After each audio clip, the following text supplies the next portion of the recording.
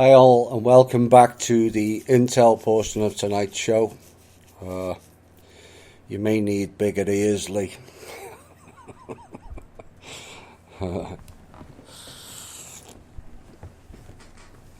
Right, here goes. Meetings have took place all around the world on all levels this past week. Many are not happy of what is unfolding. Many are understanding what we have warned about. And many realising they've been lied to and the shit is really about to unfold. Many of their minions have now turned on the Rothschilds for not delivering, including the big banks. All of which stupidly sent the money to the Rothschilds' fake Chinese Elders Fund with no return. But isn't it odd that they are supposed to have all these funds to deliver the RV, but they require banks and governments to send them funds to keep going? And those clowns like Putin and Mnuchin send it to them. It defies belief and logic. The banks have been stealing from the people's current accounts, as we warned they would do. And yet no one stops and thinks to question it. It's funny that, given how accountable the Manor World Holding Trust and to a lesser degree THI are held accountable to everything. The Rothschilds last week turned around to all of them and said, okay, all of you come up with an alternative plan then. That was why all the meetings were called. Make of that what you will and the implications of it. I will reveal more further in this section. This past week,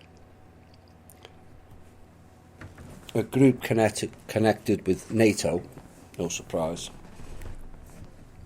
in league with Jamie Dimon of Chase, the CEO of TD Bank and the CEO of Royal Bank of Canada, contacted us with haste in this past week, warning of a catastrophic consequence of the banking system as $220 trillion of derivatives is about to explode into the public arena. Yes, with a T. 220 followed by 12 zeros. All the major banks have substantial deficits. I have seen the actual figures myself with my own eyes. Chase is 43 trillion. Morgan Stanley, which is a derivative, pardon the pun, of Chase, 29 trillion. Bank of America, 29 trillion. And all the others facing severe deficits. Significantly, all the investor or broker types like Schwab, etc., never revealed any of their figures. Again, make of that what you will.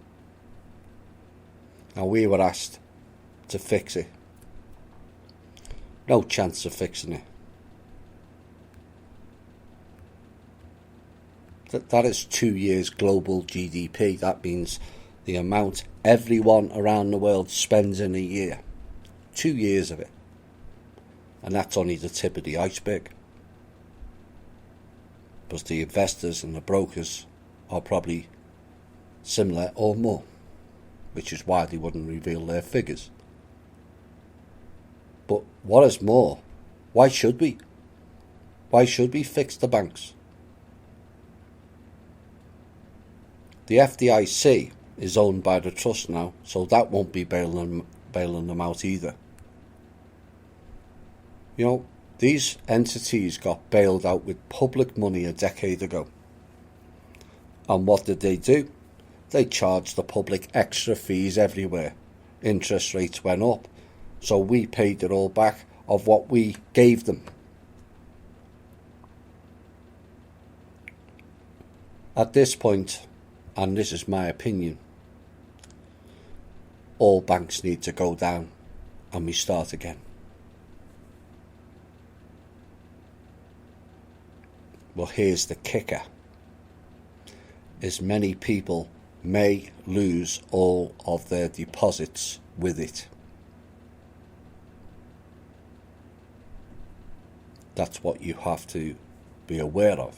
When those deposits will be returned is anyone's guess at this point, or whether they'll ever be returned is another possibility. No one who listens to this show or in our group can turn around and say you were not warned of the failing banking institutes and the consequences thereof.